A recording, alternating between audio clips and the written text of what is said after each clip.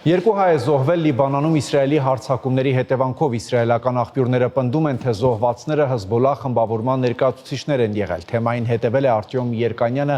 Արտյոմ, ինչ կապ ունեն զոհված հայերը Հեզբոլլահի հետ։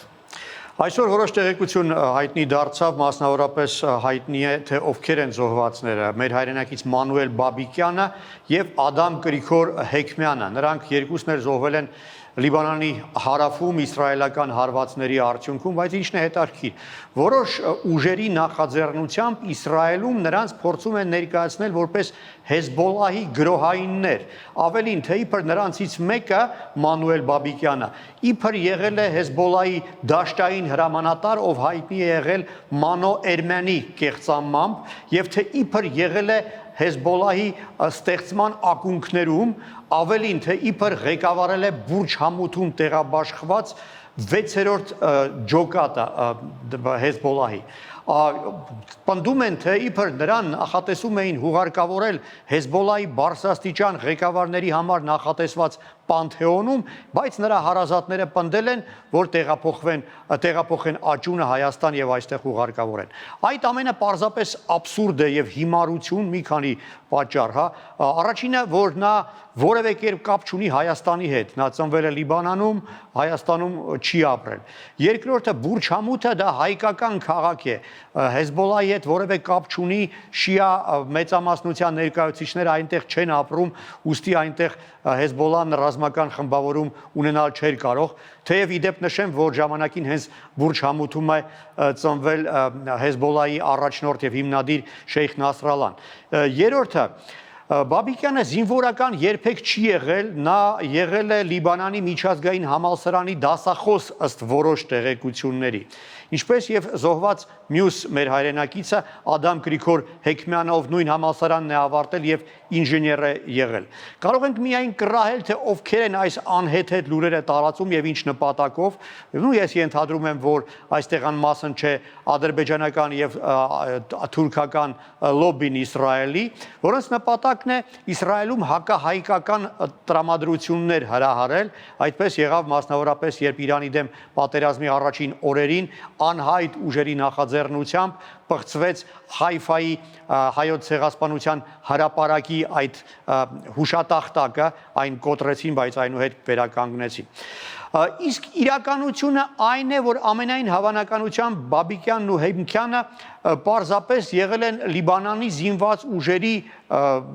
մեջ ներգրավված զինվորականներ, համենայն դեպս Հեզբոլլահի աղբյուրները հաստատելով այն, որ նրանք իսկապես զոհվել են, գրում են, որ նրանք զոհվել են Հեզբոլլահի հետ միասին հայրենիքը պաշտպանելիս, ոչ թե Հեզբոլլահի կազմում, այլ Հեզբոլլահի հետ միասին, համաձայնվեք, որ դա նույն բանը չէ։ Բայց մի տարօրինակ բան էլ հիշատակ է, մասնավորապես այն տեսանյութը, որում պատկերված է հուղարկավորության համար պատրաստվող Հեքմյանի դին, թույլ է տալիս ենթադրել, որ նա քրիստոնյա չէ, քանի որ այդ նախապատրաստական միջոցառումները ավելի նման են իսլամական ավանդույթին։ Իսկ Լիբանանի հայերը մասնակցում են Իսրայելի դեմ ռազմական գործողություններին կանոնավոր բանակի ստորաբաժանումների կազմում։ Լիբանանում ընդհանրապես կանոնավոր բանակը չի մասնակցում Իսրայելի դեմ ռազմական գործողություններին, բայց զինվորականները զոհվում են իսրայելական հարվածներից, քանի որ այդ հարվածները արդեն իրականացվում են Լիբանանում ամենուր։ 2007 թվականից Լիբանանում բանակը միայն կամավորներից է բաղկացած, այսինքն ծառայում են բանակում միայն այն հայերը, որոնք որպես կամավոր հայտ են ներկայացնում եւ հավաքագրվում են, մեկնում են բանակ։ Թեև ժամանակին Լիբանանը անգամ ամենաբարձրաստիճան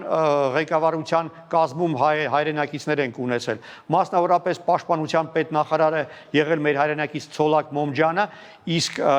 Էմիլ Լահուդ Կարաբաժակյանը նախագահ դառնալուց առաջ եղել է զինված ուժերի գլխավոր շտաբի պետը։ Հայ համայնքը պաշտպանում է այսպես կոչված պոզիտիվ չեզոքություն, այսինքն չի միջամտում այդ պրոցեսների մեջ, չի կողմնորոշվել ընդդեմ կամ կողմ Հեզբոլլահին, բայց հայ հեղափոխական դաշնակցությունը օրինակ շարունակում է զուտ ֆորմալ մնալ Հեզբոլլահի հետ նույն իշխող կոալիցիայի կազմում, այն կոչվում է Մարտի 8-ը, թեև այդ կոալիցիան ըստ էության արդեն գոյություն չունի, բայց զուտ ֆորմալ դեռ մնում են համարվելով եթե ոչ դաշնակիցներ, ապա պարտներներ։ Ամեն դեպքում հիմա հայկական կազմակերպությունների խնդիրը ոչ թե քաղաքական կողմնորոշումն է, այլ հայաբնակ թաղամասեր պաշտպանելն է։ Բնական է, որ հիմա հայ համայնքը ունի զինվորական իր խմբավորումները, ինչպիսի կար օրինակ քաղաքացիական պատերազմի ամիսներին, բայց հայ կամավորները օրինական իշխանության ստորաբաժանումների հետ միասին վերահսկում են հայաբնակ շրջանները, հետևելով որտեղ անկարգություններ կամ ինչ-որ անվտանգությանը սպառնացող վտանգներ չառաջանան։ Արդյոք կա քաղաքացիական պատերազմի վտանգ Լիբանանում ու որքանով է դա վտանգավոր հայերի համար։ Այդ վտանգը իրականում օրեցօր աճում է, Իսրայելը պահանջել է Լիբանանի իշխանություններից զինաթափել Հեզբոլլան, հակառակ դեպքում ինքն է հավակնում նույնը անել։ Լիբանանի իշխանությունները հայտարարել են, որ Հեզբոլլայի զինված խմբավորումը օրենքից դուրս է եւ պահանջել են երկրի զինված ուժերից զինաթափել Հեզբոլլայի խմբավորումներին։ Հեզբոլլայի առաջնորդն էլ հայտարարել է, որ եթե զինված ուժերը նման փորձ ձեռնարկեն, այդ ամենը հղի է լինելու քաղաքացիական պատերազմով։ Իսկապես դա իրատեսական է եւ Լիբանանում ապրող հայերը գիտեն, թե ինչ է քաղաքացիական պատերազմը եւ պատրաստվում են նաեւ վատագույն սցենարին։ Արդյոք ինչ դիրքորոշում ունեն հայկական կուսակցությունները Հեզբոլլահին զինաթափելու հարցում։ Դաշնակցությունը հետեւյալ կարծիքը ունի, որ Հեզբոլլայի այսպես արագ զինաթափումը վտանգավոր է, քանի որ իսկապես քաղաքացիական պատերազմ կարող է արդյունքում տեղի ունենալ։ Ինչ վերաբերում է հնչակյան ու ռամկավար կուսակցության, ապա նրանք թեև դատապարտում են, քննադատում են Հեզբոլլային, սակայն նույնպես հստակ պահանջ չեն դնում Հեզբոլլայի զինաթափման, հաշվի առնելով հենց իմ հիշատակած քաղաքացիական պատերազմի վտանգը։ Շնորհակալություն, Արտյոմ։